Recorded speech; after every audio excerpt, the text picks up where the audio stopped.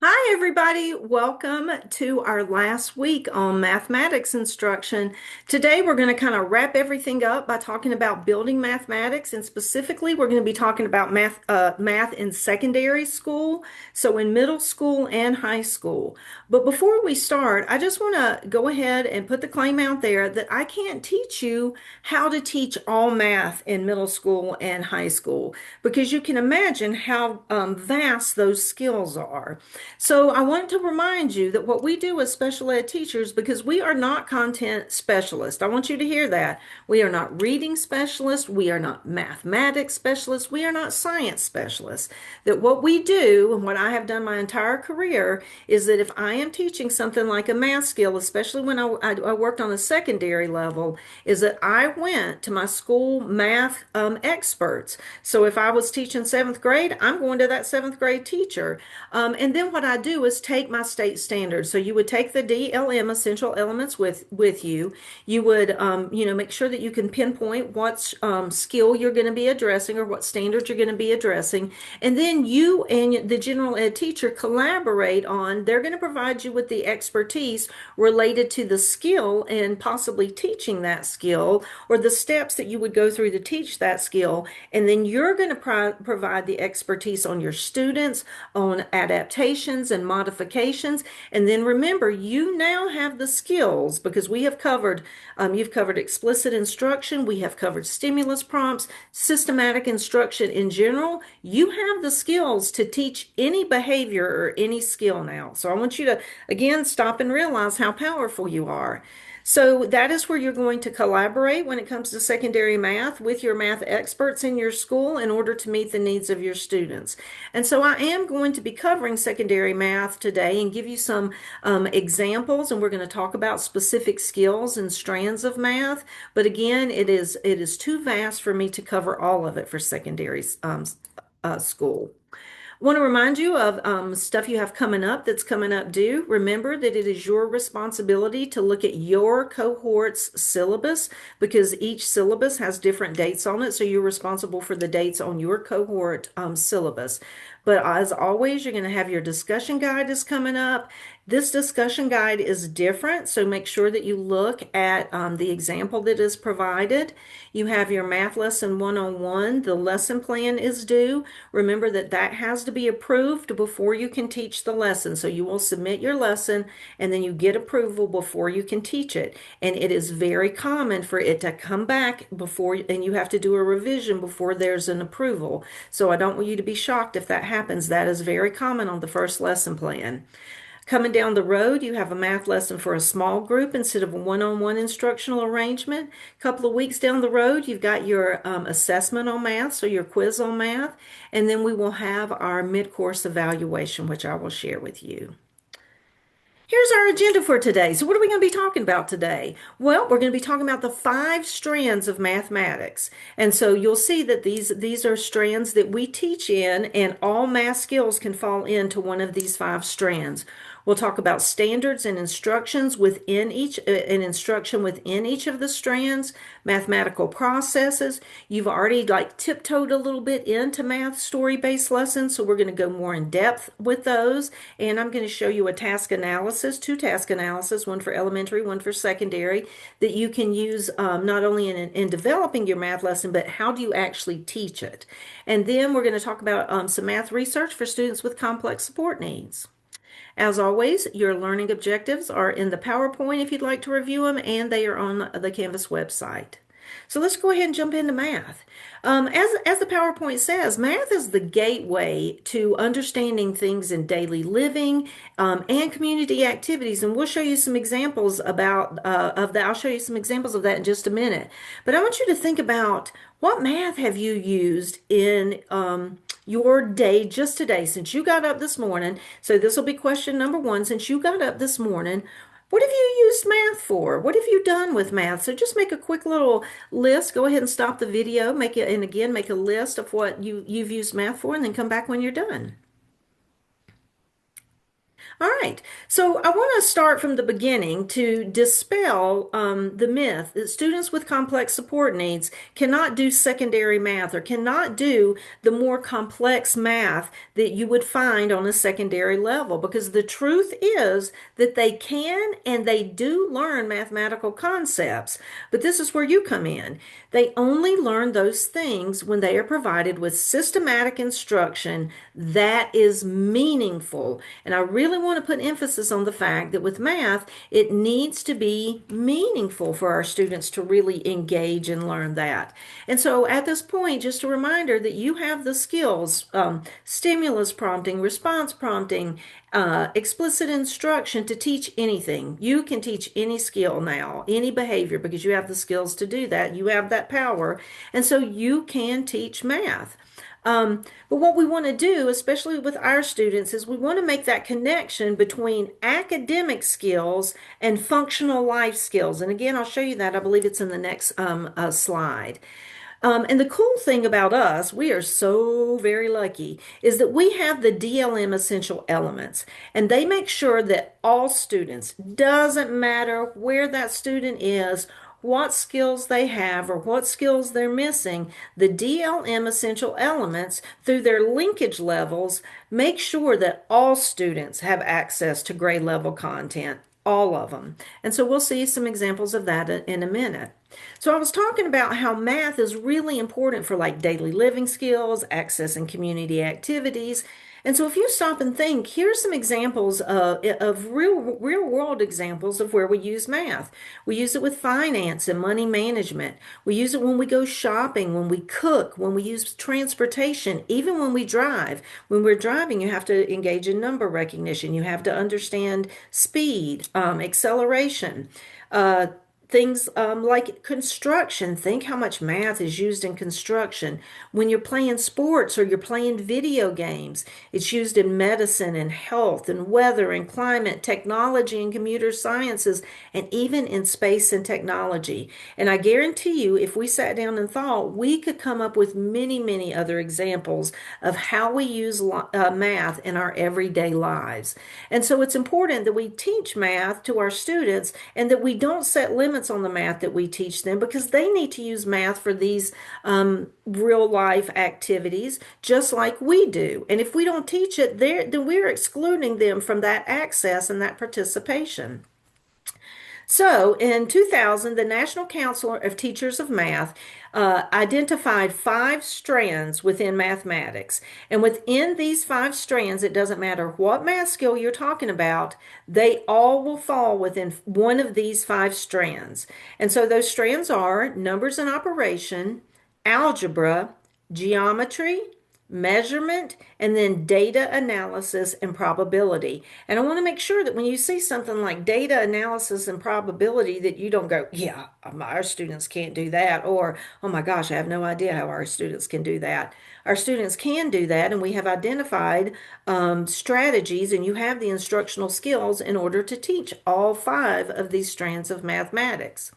And so these really are the foundation of all math understanding, mathematical understanding. And so it's really important when you are looking at what you're going to prioritize as far as your math instruction goes, that you prioritize the strands that give the greatest functional relevance. Well, what does that mean? The ones that students can apply in life the most. Now, we're going to cover all of our standards like we're supposed to, but we're going to prioritize those that students can immediately or build on and then apply in their real life. Because what we're doing is, while we're educators and we're teaching students in kindergarten through 12th grade, our ultimate goal is to produce adults or to graduate adults who can then be independent. And so their skills have to be functionally relevant.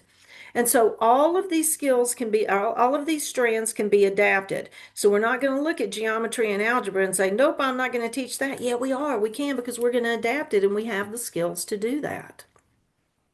So let's look at numbers and operations. So when we're talking about and operations, we're talking about skills like row counting, number identification, addition, subtraction, place value. Those are some of the skills that fall under numbers and operations. And I encourage you to look at the DLM essential elements. And if you look under the math DLM essential elements, you'll see all of the skills that fall under numbers and operation because they're titled. They have headings that show what the standards that address that strand are. And so when you're teaching numbers and operations, some of the teaching tools that you might use are things like manipulatives. We know our students need those concrete objects in order to learn math, at least initially, right? We fade that off down the road. They might need something like a counting board or number lines, or a lot of our students can engage in math through tactile supports. And so one of the DLM essential elements that would give you an example of numbers and operations is that the student would express a fraction with a denominator of 100 as a decimal. And so that is the target standard. That is the target EE. But remember, we have those linkage levels. And so in order to make that standard accessible for all students, one of the linkage levels you might use is the proximal precursor, which is that students would understand the decimal point and that it represents a fraction with a denominator of 10. And so again, you can see how that target EE, that target linkage level, has been adapted so that it can meet a student at a different level. And so when you're teaching numbers and operations, you want to make sure that you're using systematic prompting, that you're providing feedback, and that you're using initially concrete representations. And you should have covered this in your math methods course, but we'll go over it a little bit more. I'm just going to touch on it as a review. But you want to use those concrete representations before you ever move to anything abstract. So we're going to use manipulatives to do our addition before I ever move to an equation that is just numbers. And when you're teaching numbers and operation, you really have to begin with counting and one-to-one correspondence because those are foundational skills for all of the skills that you'll find in numbers and operations. They all build on counting and one-to-one correspondence. You also want to make sure that you're using multiple objects or multiple manipulatives, multiple like graphic organizers. So you might use coins and you might use cubes, you might use pictures. Again, we just did use different graphic organizers when we were doing word problems. And so those could be used under the strand of numbers and operation. But you really want to, again, make sure that you are providing those functional connections. So when you're counting, count money. When you're looking at counting one-on-one correspondence, do settings at a table. When you're at lunch, have students input their lunch number because that's meaningful. And again, it is connecting that math to a daily life skills that those students engage in on a regular basis. And then we build on those skills to provide them with the skills they need to independently function or as independently as possible, partially participate into their life as an adult and making those decisions and having that self-determination and agency. So when you're teaching numbers and operations, you need to make sure that you're scaffolding. So you're doing things like using that systematic prompting. You are using constant time delay. You are using the system of least prompts. You have an individualized prompting hierarchy. Also, we're looking at errorless learning. That's not a shock to anybody. That's what we're focused on as much as possible, right? Always thinking errorless learning because we don't want our students to make mistakes. We want to go in and prevent that mistake if at all possible and provide them with the support they need to answer correctly or provide a correct response or perform the skill correctly. And then you also want to make sure that you're frequently doing generalization checks because it doesn't help if the student can do it in school, but they can't do it outside of school. It doesn't help if they can add with counting bears, but they can't add money. So we need to make sure that we're generalizing and that we're constantly providing multiple opportunities for students to practice these skills in different contexts and that we're planning for that generalization as well. All right, now we're going to move to money and time. I told you I'm just kind of sharing its little snippets of things now. So if as you're watching these you have specific questions, feel free to contact me individually, but this is how we'll go through secondary math. All right, so next, another concept that is really important that we focus on a lot when we're working with secondary math is teaching money and time concepts. I do want to kind of caution you though. So, we're going to talk about things like the next dollar up strategy. And what I want you to really focus on before you make determinations about how you're going to teach money and what you're going to teach as far as money and how you're going to teach time and what kind of clock you're going to use when teaching time is that you talk to the individuals who are have a close connection with those students. So parents, siblings, students who are their age, individuals that are their age, and find out what kind of money are they using? Are they using dollar bills? Are they using change? Or are they using a debit card or a credit card? Because if they're not going to be using cash, and I can tell you, the last couple of times I've tried to use cash, it's been difficult because they didn't have money in the cash register to give me change. But if they're not going to be using cash, then we are not teaching the next dollar up strategy. We are teaching them how to use a debit card. If a student is going to be using a digital watch, for example, or a phone, then is it really worth spending time teaching them how to tell time on an analog clock? And so, again, we have to think about our students. We have to think about what they have access to and how they would realistically use the skills that we teach them. So, some examples of money skills would be the next dollar up strategy, which I'll show you in just a minute.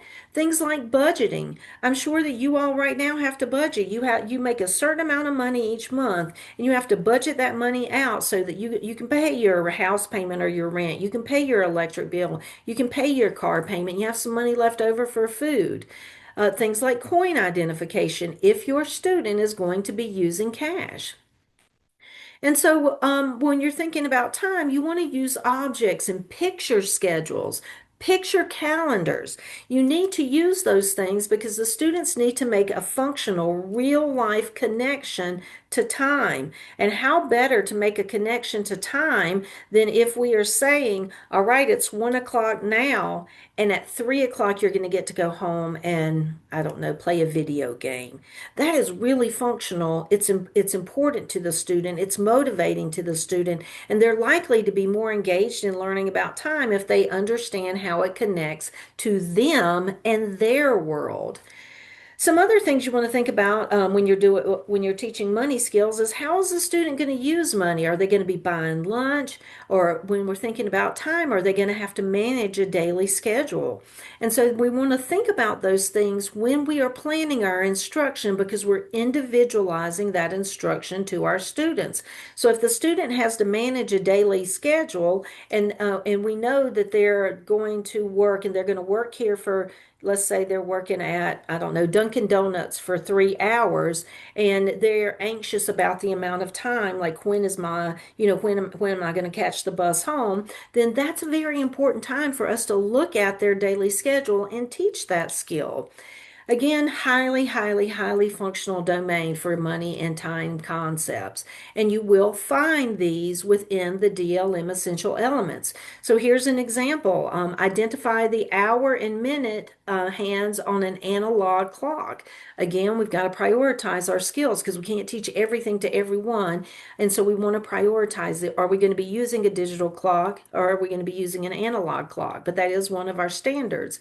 And then telling time to the nearest half hour or quarter hour using both an analog and a digital clock.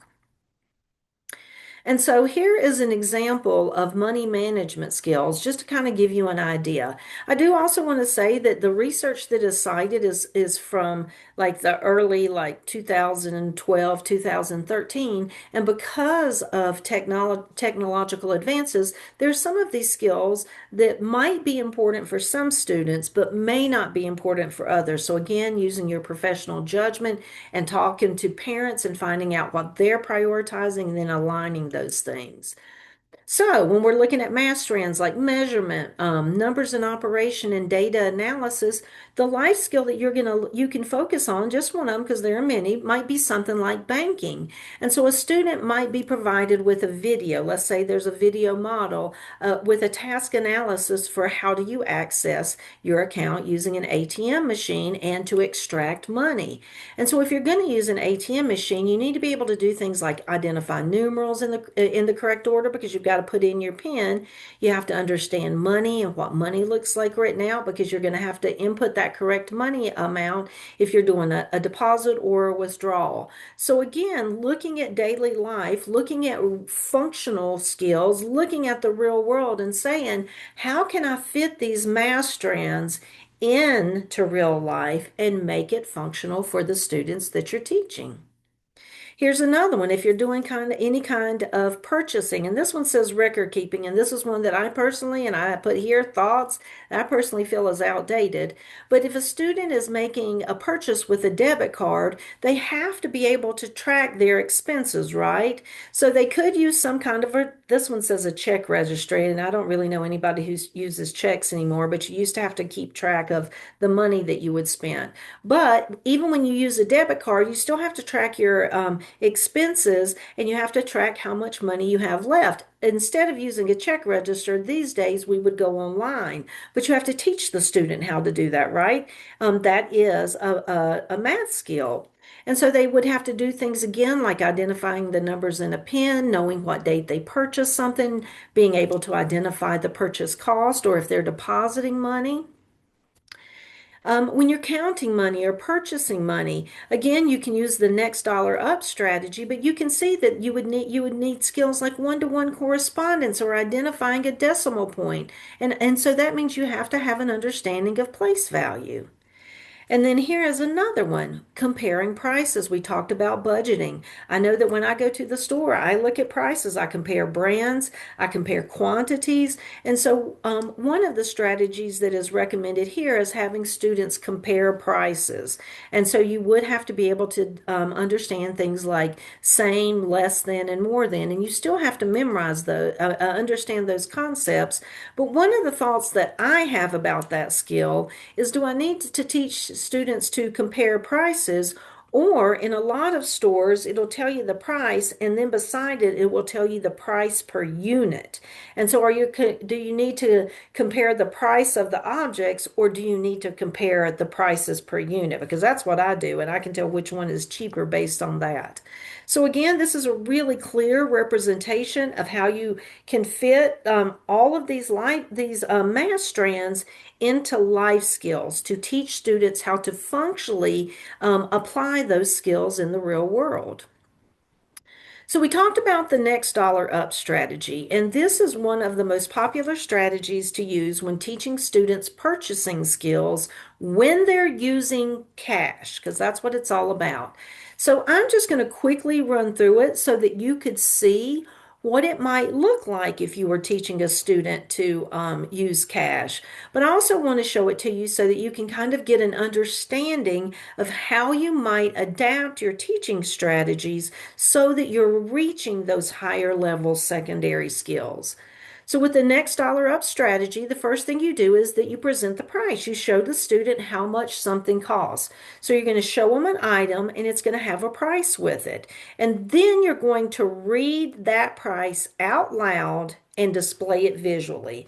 Now, in the beginning, you might use something like model lead test. So I might model saying it out loud, and then we would say it out loud together, and then the student would say it out loud. So think about your instructional strategies.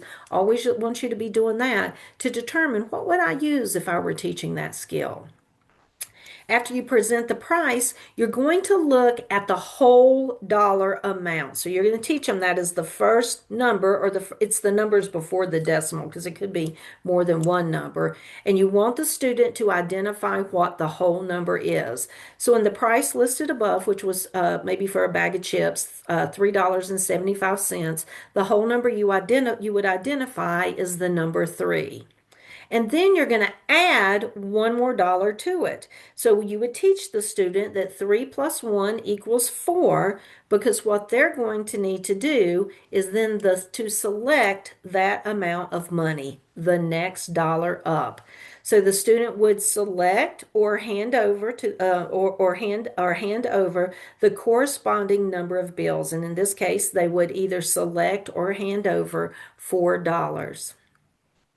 After that, when you're in the teaching portion of this lesson, you want to confirm that payment. So you're going to provide them, as the teacher, provide them with feedback on what they've done, their demonstration of the skill. And you would say, the item or the chips cost $3.75. You gave $4. That's right, because 4 is the next dollar up. And so you can see that by providing that very specific feedback, I am telling the student the cost of the item, how much they gave to reinforce what they did, and then providing that reinforcement of saying, you're correct, it was $4. That is the next dollar up. And I really focus on that is the next dollar up to kind of embed that is the strategy that we are using when we're purchasing. And then, as always, making sure that you use multiple examples, different prices, different items, different settings. So you can do it in the classroom, you can do it in the lunchroom. If you're in secondary school, they usually have a school store, a school cafe. You can do it at a vending machine. So making sure they have multiple opportunities to engage in these skills, and then encourage both real and those simulated purchases. Because while we always want to do things and teach an authentic context and authentic settings and authentic situations, there is a place for simulated purchases before you go out into the real world. And I don't want you to limit community to being out at a store. Your school is a school community. And so look for the places within your school community that you could engage in something like the next dollar up strategy. And then finally, as always, we're going to fade those prompts. We want independence. That is what our ultimate goal is. But we do always know that there are some students who may not reach independence, so we want them to participate at the highest level possible. So you're going to gradually reduce things like your verbal and visual prompts as that student demonstrates accuracy. Now, when we're talking about money computation and purchasing, just like when we talked about early numeracy skills, there is a learning trajectory or a sequence that you teach those skills in. And so here is a table that shows you those skills sequenced from the easiest skills in money computation and purchasing to those that are more difficult. And so those early skills are things like using a pre-selected amount of money to make a purchase. And so the teacher places $2 in the student's wallet, and that's what they use. After that, you would use a response class, and I'm going to show you a little bit more about that in just a second for types of purchase. So you might use quarters for a vending machine. You might use $1 for a convenience store or a $5 bill for lunch. All of those are purchasing. They just look different. They're different classes, and we'll go over that next. After that, you would use a $1 bill only, so only $1 to make purchases with that $1 up strategy. Then the student moves to using $1, $5, and $10, continuing with the next dollar up strategy. And then you move to coins. So you're going to teach counting by fives and then discriminating money equivalences so that a quarter is the same as 5 nickels, or 2 quarters is the same as 5 dimes. That's money equivalents. And then you want students to be able to read the price and find the exact amount of money, so that if it costs $2.56, that they're given $2 bills, 2 quarters, a nickel, and a penny. So again, just that learning trajectory or that teaching sequence for money computation and purchasing. Now, I said something about response classes, so I really want to go over what some examples of response classes are when it comes to money. And what response classes are different types of responses that still have the same outcome or still serve the same function. So here's some examples. So if we are teaching students to identify coin, Correct responses or a response class could be they could say it's a quarter, they could verbally say quarter, they could identify if you asked them what this coin was, they could say quarter, they could select a quarter from an array of four, they could point to a quarter, or they could press a button on a device that says quarter. Now, those are different response classes because even though they're different responses, they all produce the same outcome, which is identifying correctly what that coin that I showed the student was. Here's another example. If the skill is exchanging money for an item, so purchasing an item, they could hand the exact change. That would achieve the function of completing the purchase. They could hand them a single dollar bill for a 75-cent item, or they could use a debit card. Those response classes are different. They all have the same outcome. Matching coins to a price. They could match by picture, they could match by value, or students could select a number on a touch screen. Again, different behaviors, same function, same outcome. So again, when you're thinking about response classes, and we want to make sure that we're doing this, and if you go back and think about the expressive and receptive demonstrations or exercise that you did recently, different response classes. All right, that's the end of our first video. How you all feel about secondary math so far? If you're feeling good, that's a thumbs up. If you're here, let me know if you have any questions. If you're down here, if you still have those questions after class, please schedule a meeting with me so that we can go over this together, because questions are always, always, always welcome. And I am happy to meet with you for whatever you need. And I'm happy to go over things, give you more examples and more practice. All right, I'll see you all in the next video.